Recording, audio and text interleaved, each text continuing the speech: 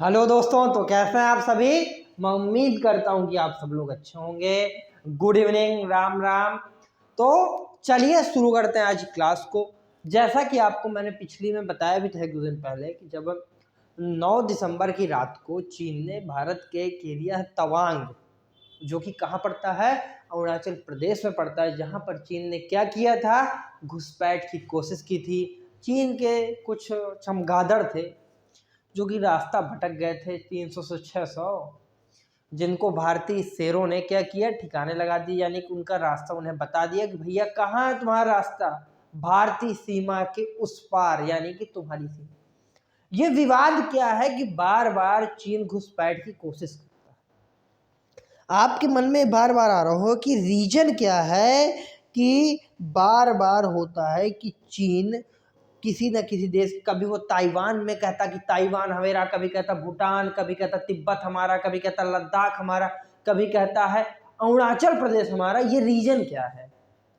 तवांग में तो हमने निपटा लिया। इसके पहले उसने कुछ दिन पहले 2020 में लद्दाख में भी कोशिश की थी। 16 राउंड की बैठकें हुई, लेकिन कोई नतीजा नहीं निकला उन बैठकों का। तो चाइना की ये हमेशा से एक पॉलिसी रही है। अगर आप देखेंगे मैप में, तो जो चाइना है ना, ये 14 देशों से सीमा साझा करता है, और सबसे ज्यादा सीमा साझा करने वाला देश, और सबसे इसकी सीमा जो विवादित है। ये ऐसा आदमी है कि इसका जो ये चमगादड़ आप देख रहे हैं ना, इसका हर देश के साथ विवाद है। ऐसा कोई बहुत ही रेयर केस हो कि इसका किसी देश के, इसका हर देश के साथ सीमा विवाद है। और उसका रीजन क्या है, क्योंकि ये विस्तारवाद की नीति पर क्या करता है, विश्वास करता है। जब 1949 में कम्युनिस्ट पार्टी की सरकार आई, उसी समय से ये सारी चीजें शुरू हो गई। क्योंकि जैसे ही 1949 में कम्युनिस्ट पार्टी की सरकार बनी, तो इन्होंने उसी समय तिब्बत, पूर्वी तुर्किस्तान और इनर मंगोलिया कब्जा लिया। किसे किसे, तिब्बत, पूर्वी आपका तुर्किस्तान और इनर मंगोलिया को उसी समय इन्होंने, जो उनकी कम्युनिस्ट पार्टी की सरकार थी, कब, 1949 में। किसकी सरकार थी भैया, 1949 में, तो कम्युनिस्ट पार्टी की सरकार थी। किसकी, कम्युनिस्ट पार्टी की। और जैसे ही सरकार बनी तो 3 जगह, किसको किसको भैया, एक तो आपके तिब्बत को, एक इनर मंगोलिया हो गया, और एक आपका जो था वो था तुर्किस्तान। 3 जगह को इन्होंने क्या किया भैया, इन पर इसने कर लिया कब्जा। और जब कब्जा हुआ तो उसी समय क्या हुआ, यहाँ पर गृह युद्ध हुआ, उसमें ताइवान एक अलग देश बन गया। और आपने पिछले समय देखा भी होगा कि ताइवान कितना चर्चा में था जब अमेरिका की स्पीकर वहां पे पहुंची थी। चाइना कह रहा था कि अगर वहां स्पीकर पहुंची तो वो उनके विमान को क्या करेगा, नष्ट कर देगा। गीदड़ भपकी देना उसका काम था, उसने गीदड़ भपकी दी, लेकिन उसके बाद भी वो पहुंची। ऐसा कुछ करता नहीं, सिर्फ कहने के, क्योंकि यह चमगादड़, और यही इसी चमगादड़ खाने से भैया, इन्हीं क्या चमगादड़ों से ही क्या फैला था, कोरोना फैला था, वो भी चीन का। चीन का मेन मकसद होता है कि जब कोई यहाँ पर प्रोपेगेंडा क्रिएट होता है, तो इस समय यहाँ की सरकार के खिलाफ क्या चल रहा है, वहां के लोगों में आक्रोश जन्म ले रहा है। तो इसने क्या किया कि ऐसा करते हैं किसी न किसी देश के साथ। ये तो पक्का है कि यह किसी न किसी देश के साथ उलझेगा जरूर, इसकी कोई गारंटी नहीं ले सकता कि ये नहीं उलझे, क्योंकि इसे अपने अंदर के जो जनता है उसको ध्यान भटकाना है। तो अगर बात की जाए चीन की, तो चीन सबसे ज्यादा देशों के साथ सीमा साझा करता है। तो चीन 14 देशों के साथ सीमा साझा करता है, 14 देशों के साथ सीमा साझा करता है। और सबसे ज्यादा सीमा विवाद अगर किसी देश के हैं तो आपके चीन के ही हैं। चीन में 1949 में कम्युनिस्ट पार्टी की सरकार बनी। किसकी, कम्युनिस्ट पार्टी। और जब सरकार बनी तो इन्होंने एक नीति लाई, उसे कहते हैं विस्तारवाद की नीति, यानी कि दूसरे देशों पर कब्जा कर लेना। उसी के तहत इन्होंने 3 जगहों को, एक तो आपका तिब्बत हो गया। तिब्बत मैंने आपको उस दिन बताया था कि एक अलग राज्य था। जब क्या हुआ था, ब्रिटिश भारत और इसके मध्य समझौता हुआ था। मैकमोहन लाइन जो थी वो पहले भारत और तिब्बत के बीच में थी, लेकिन चाइना ने इसको कब्जा लिया था 1949 में, जैसे सरकार बनी थी तब से मैकमोहन लाइन भारत और चीन के बीच। इसके बाद जो आपका पूर्वी तुर्किस्तान है, समझिए कहाँ तक पहुंचा है। इसने पूर्वी तुर्किस्तान को भी कब्जा लिया और इनर मंगोलिया, इसने उस समय 3 जगहों को तुरंत इसने जैसे ही सरकार बनी तो कौन कौन से, तिब्बत, पूर्वी तुर्किस्तान और इनर मंगोलिया को किसने कब्जा लिया था, आपके चीन ने। और जब ये चीजें चल रही थी तो यहाँ पर गृह युद्ध छिड़ गया, कहाँ पर, यहीं पर।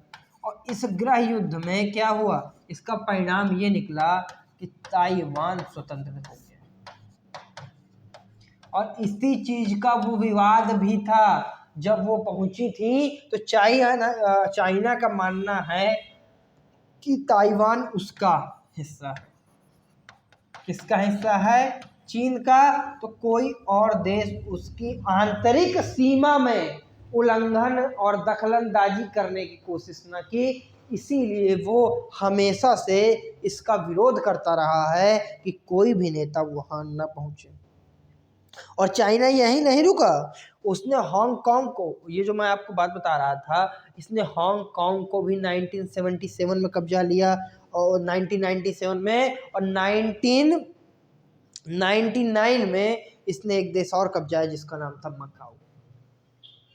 इसका काम ही एक यही है कि दूसरों की जगह पर सांप बन के कुंडली मार के बैठ जाना। तो कुंडली मारने में ये आदमी क्या है, बहुत एक्सपर्ट है।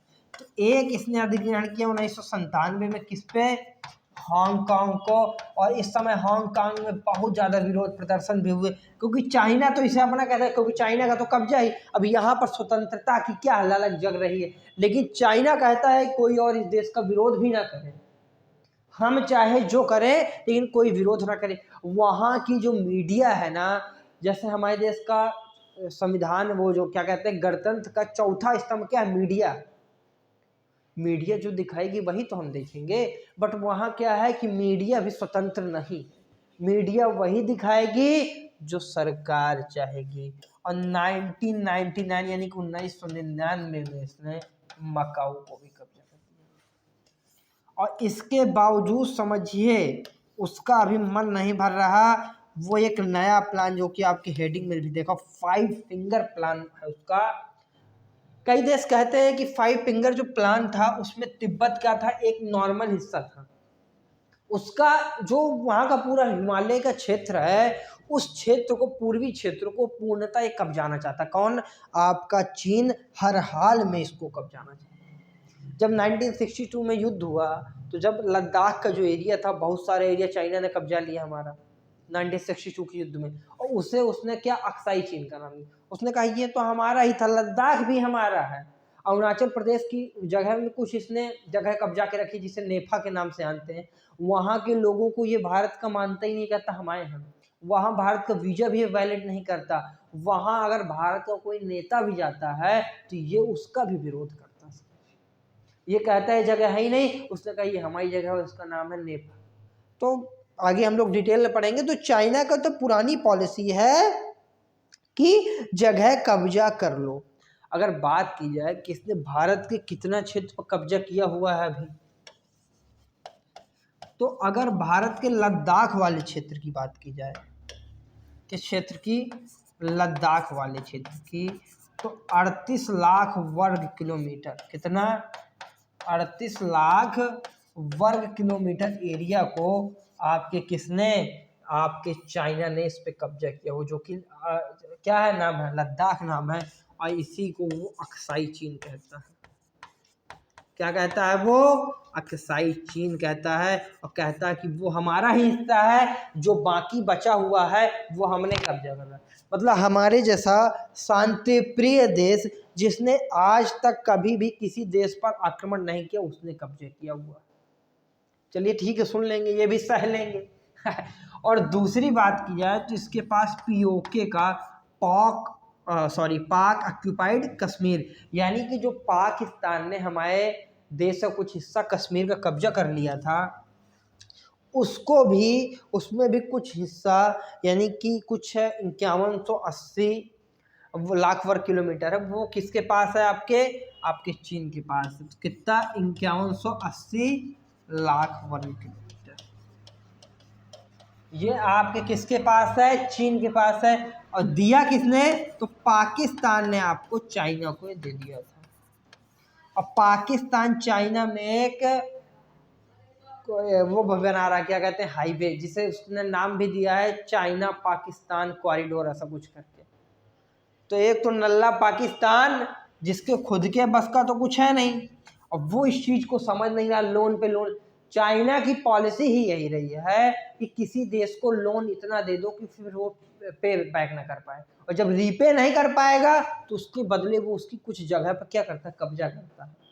अभी जो श्रीलंका पे भी कई द्वीप है जिन पर ये पॉलिसी उसने अपनाई हुई है, कई देश है, और सबसे ज्यादा ये इसकी जो पॉलिसी है इसको इसने अप्लाई किया है अफ्रीकी देशों पर। मैक्सिमम जो अफ्रीकी देश है ना, वो इसके कर्ज के जाल में इतना डूब चुके हैं कि जल्दी ही क्या होगा, ये लोग अपना जो भी इनका था वो सब कुछ इनका धीरे धीरे करके चाइना कब्जा कर ले। अब हम लोग मेनली समझेंगे कि 5 फिंगर प्लान है क्या। ये जो आप देख पा रहे हैं ये 5 फिंगर प्लान है क्या, और इसमें मतलब रीजन क्या है, कौन कौन सी जगह हैं। तो अगर आप मेरे साथ स्क्रीन में देख पा रहे होंगे, देख ही पा रहे होंगे, तो यहाँ पर 5 जगह आपको दिख रही होंगी। कौन कौन सी? इसमें भारत के भी 3 राज्य शामिल है। एक तो आपका अरुणाचल प्रदेश हो गया, एक सिक्किम हो गया, और एक हो गया आपका लद्दाख। सिक्किम भारत का हिस्सा 1975 में बना था। इससे पहले सिक्किम भारत का हिस्सा नहीं था, और सिक्किम में लेके विवाद ये था कि वो कहता था कि सिक्किम ही हमारा, लेकिन फाइनली उसने 2003 में इसे मान्यता दी कि हाँ ये उसका है। उसके पहले समझिए ये कह रहा था सिक्किम भी भारत का हिस्सा नहीं है। तो चाइना कब क्या कर दे उसका कोई भरोसा नहीं है, क्योंकि वो ड्रैगन है, यानी कि चमगादड़ है, और चमगादड़ों का कोई भरोसा नहीं होता। इस चीज को आप ध्यान रखिए। 5 फिंगर पॉलिसी में जो भारत के 3 राज्य हैं, एक तो आपका अरुणाचल प्रदेश, दूसरा सिक्किम, और तीसरा लद्दाख। उसके बाद 2 देश और हैं जो भारत के ही पड़ोसी देश हैं। एक का नाम है भूटान, और दूसरा ही नाम है नेपाल।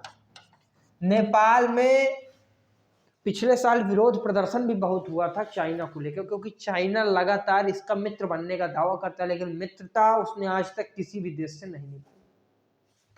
तो इसीलिए नेपाल में पिछले साल काफी विवाद भी हुआ था वहां की सरकार के खिलाफ, क्योंकि उसकी सरकार की कुछ पॉलिसीज थी जो चाइना के हित में थी, इसलिए, और वो भारत के खिलाफ थी, इसलिए वो चीजें हुई थी। भूटान एक बड़ा ही शांतिप्रिय देश है, लेकिन इस पर भी चाइना की नजर है। और भारत, चाइना तो कब का इसे कब्जा लेता, लेकिन भूटान का और भारत में क्या एक सैन्य वो है क्या, साझेदारी, जिसके तहत भारत ही इसकी सुरक्षा करता है। तो इस वजह से एक तो ये बचा हुआ है। तो आइए हम लोग एक्सप्लेन में समझते हैं कि इसकी 5 फिंगर पॉलिसी है क्या। तो इसने जो उसका नाम दिया वो है इसकी 5 फिंगर पॉलिसी। और 5 फिंगर पॉलिसी का मतलब है कि 5 जगह जिन पर इसकी बुरी नजर है, और ये सब पूर्वोत्तर के जगह है, यानी कि जो हिमालय के आसपास का पूरा क्षेत्र है उस पर ही इसका नाम है। उन 5 फिंगर पॉलिसी में जो मैंने आपको बताया भारत के 3 राज्य थे, उनमें जो सबसे पहली फिंगर की बात करेंगे वो हो जाएगा आपका अरुणाचल प्रदेश। अगर अरुणाचल प्रदेश की मैं बात करूं तो ये भारत का पूर्वोत्तर का सबसे बड़ा राज्य है, और ये भारत का पूर्व का पहरेदार भी है, क्योंकि सबसे बड़ा राज्य है। और यही जो तवांग एरिया है, यहीं से दलाई लामा भारत भी आए थे, तवांग के ही इलाके से। और उस समय चाइना ने बहुत विरोध किया था इस चीज का। चाइना को तो हमारी हर बात से विरोध है, समर्थन उसने हमें किसी चीज का किया ही नहीं। तो तवांग में ही उसने 9 दिसंबर की रात को घुसपैठ की कोशिश की थी। कहां पर? यही तवांग, यही घाटी थी जहां पर उसने किसकी, क्योंकि अगर आप तवांग को देखेंगे तो तवांग 2 जगह से सीमा साझा करता है। एक तो आपका ये करता है भूटान से, और दूसरा ये करता है चीन से। तिब्बत वाला जो चीन, यानी कि तिब्बत से ही करता है, लेकिन तिब्बत अब चीन का ही हिस्सा है क्योंकि उसने कब्जा कर लिया। तो तवांग 2 जगह, और राजनीतिक इतिहास से देखें चाहे सांस्कृतिक इतिहास से देखें, अरुणाचल प्रदेश बड़ा इंपॉर्टेंट, क्योंकि तिब्बत का जो बौद्ध मठ है वो कुछ यहाँ भी है, तो संस्कृति एक है। तो उसे डर इस बात का भी है कि जब कभी वहां पर आज़ादी के लिए कोई प्रयास होगा तो वो यहाँ से हो सकता है आपके अरुणाचल प्रदेश से, इसलिए वो इस एरिया पे क्या चाहता है? पूर्णतः कब्जा चाहता है। ताकि वो, क्योंकि ये देखिए क्षेत्र भारत के अधिकार क्षेत्र में, यहाँ कोई ऐसी गतिविधि होगी तो वो उसे दबा नहीं पाएगा, इसलिए वो इसको मेनली कब्जा, और इसीलिए वो टारगेट भी अरुणाचल प्रदेश को काफी टाइम से कर रहा है, और इसी के प्रयास में उसने 9 दिसंबर को क्या किया था, घुसपैठ की कोशिश की थी, और अरुणाचल प्रदेश के ही कुछ भाग को इसने कब्जा कर लिया है। उसे ही क्या कहा, अरुणाचल प्रदेश का ही कुछ भाग है जिस पर किसका कब्जा है, चीन का, उसे ही क्या कहता है, नेफा कहता है। और यहाँ अगर भारत का कोई नेता प्रचार के लिए जाता है, क्योंकि ये इस जगह को अपना मानता है, कब्जा ऐसा कि पूर्णता उसका कब्जा भी नहीं है, जैसे कोई भारत का नेता जाएगा तो वो उसका विरोध करेगा कि आप हमारे यहाँ आए हैं, हम इसका समर्थन नहीं करते, क्योंकि वो इस जगह को अपना मानता है, जबकि है नहीं। तो एक तो ये जगह नेफा नाम की जगह बड़ी विवादित है, दूसरी यहाँ के लोगों को जो भारतीय वीजा उजा है वो इसको मान्यता प्रदान नहीं करता, वो कहता है कि वहाँ वो देश ही नहीं है, आप भारत के हैं ही नहीं, तो आपको हम लोग कैसे प्रोवाइड करें। तो आप समझ गए होंगे कि पहली फिंगर क्या हो जाएगी आपकी, अरुणाचल प्रदेश। अब इसके बाद जो दूसरी फिंगर है आपकी वो है भूटान। भूटान देखिए शुरू से एक शांति प्रिय देश रहा है, लेकिन इस पे भी इसको, क्योंकि चाइना ने काफी इसको लोन दिया है, और यही इसका ट्रैप भी है, यही इसकी पॉलिसी है कि किसी भी देश को इतना लोन दे दो कि वो रीपे ही ना कर पाए, और वही समय उसने अफ्रीकी देशों के साथ किया, वही वो आपके नल्ले पाकिस्तान के साथ भी कर रहा है। कुछ दिनों में आप देखेंगे कि पाकिस्तान नहीं बचेगा चाइना के कब्जे में, क्योंकि उसने अभी भी काफी, जैसे एक उसने काफी बंदरगाह ली, उसका कारण क्या है कि वो एकदम से कब्जा नहीं करता, जैसे उसने बहुत सारा लोन दे दिया, अब आप लोन रीपेमेंट नहीं कर पा रहे हैं तो क्या करेगा, लीज में आपकी कुछ हिस्सा ले लेगा। मान लीजिए जैसे पाकिस्तान में एक बंदरगाह है, ग्वादर बंदरगाह, अब इसको ले लिया मान लीजिए, तो अब इस पे वो क्या करेगा, मिलिट्री हब लाएगा, सेना लाएगा, नौसेना लाएगा, यहाँ पर वो अपना बेस बनाना धीरे धीरे शुरू कर देगा। अब बाद में जब कहें खाली कर दो भैया इतना समय, वो कहेगा कौन बे, हम कहे खाली करें, नहीं करेंगे, कर लो जो करना है। अब वो बेचारे गरीब देश इसका कुछ कर भी नहीं सकते, तो इस तरह ये उस जगह को कब्जा कर लेता, और यही इसकी मेन पॉलिसी भी है। श्रीलंका भी इसी का शिकार हो जाता, लेकिन अभी बचा हुआ जितना टाइम बचा रहा है। इसके बाद जो उसकी तीसरी फिंगर है क्या हो जाएगी, सिक्किम, जो कि भारत का हिस्सा है, और सिक्किम भारत का अभिन्न अंग कब बना, 1975 में, लेकिन चाइना इसको मानता नहीं था, और इसको लेके ज्यादा विवाद भी नहीं है, क्योंकि 2003 में उसने इस चीज को एक्सेप्ट भी कर लिया था कि हाँ भारत का हिस्सा है, लेकिन अभी भी हल्के फुल्के यहाँ पर विवाद चलते हैं। सबसे ज्यादा जो विवाद हैं वो लद्दाख को लेकर है, क्योंकि लद्दाख का जो एरिया अक्साई चीन के नाम से उसने कब्जा किया हुआ है, वो मानने को तैयार नहीं है कि भारत का है, और लगातार वो घुसपैठ की कोशिश भी करता रहता है। भारत लद्दाख एक केंद्र शासित प्रदेश है, वहां का राष्ट्रीय जो पशु है क्या है, हिम तेंदुआ है, तो इस चीज को आप ध्यान रखिएगा। और लद्दाख में ही एक हेमिस राष्ट्रीय उद्यान है, इस चीज को भी आप ध्यान रखें। चौथी फिंगर जो है नेपाल। नेपाल ने पिछले साल बहुत विरोध भी हुआ था, मैंने आपको बताया भी था, वो इसीलिए था क्योंकि वहां की जो गवर्नमेंट थी, भारत के और नेपाल के हमेशा से अच्छे संबंध रहे, आप तो जानते ही, यही रीजन था कि नेपाल के जो लोग थे उनका भारत के साथ क्या एक स्पेशल टच है, क्योंकि हमारी काफी संस्कृति भी उनसे मिलती जुलती, तो वहां के लोगों का भारत से जुड़ाव है। तो जब पिछले साल इसका चाइना के साथ कुछ संबंध अच्छा हुआ, जो कि भारत के खिलाफ वहां की सरकार कुछ फैसला करना चाहती थी, तो वहां की जनता ने इसका विरोध किया, उन्होंने कहा कि ये गलत है, ऐसा नहीं होना चाहिए। बाद में सरकार को उस बात को माननी चाहिए, तभी ये प्रदर्शन बंद हुआ। तो उसकी जो चौथी फिंगर में आएगा वो आएगा नेपाल, और नेपाल भी उसकी रडार में काफी टाइम से, और लगातार वो ट्राई भी करता रहता है। और जो उसकी पांचवी और अंतिम फिंगर है, और जो सबसे इंपॉर्टेंट है, वो है लद्दाख। लद्दाख में उसने 1962 के युद्ध में कब्जा कर लिया था, और जिस एरिया को कब्जा किया था, कब्जा किए हुए भाग को उसने नाम दिया अक्साई चीन। उस जगह को हम लोग किस नाम से जानते हैं, अक्साई चीन के नाम से जानते हैं। और अक्सर आप मीडिया में सुनते होंगे अक्साई चीन, अक्साई चीन, तो अक्साई चीन और कुछ नहीं है, ये आपके लद्दाख का ही पार्ट है, जो कि किसने कब्जा हुआ, आपके चाइना ने कब्जा लिया था। और लगातार आप देखेंगे 2020 में भी यहाँ पर घुसपैठ की कोशिश की, आपने देखा होगा काफी विवाद हुआ। उसके बाद 16 राउंड की बैठकें हुई, 1-2 राउंड नहीं, 16 राउंड की, लेकिन फिर भी कोई विवाद का हल नहीं हुआ। सेना जो हाँ उस समय घुसाई थी, उसे जरूर वापस जाना पड़ा था। तो आप समझ रहे हो कि चाइना की ये पॉलिसी ही थी। और ये 5 फिंगर पॉलिसी क्या है, इसके खिलाफ सरकार एक्शन लेगी, लेकिन आपको ये जानना बड़ा इंपॉर्टेंट हो जाता था कि 5 फिंगर पॉलिसी क्या है। मुझे उम्मीद है कि आपको ये सारी चीजें कंफर्म हो गई होंगी। Thank you.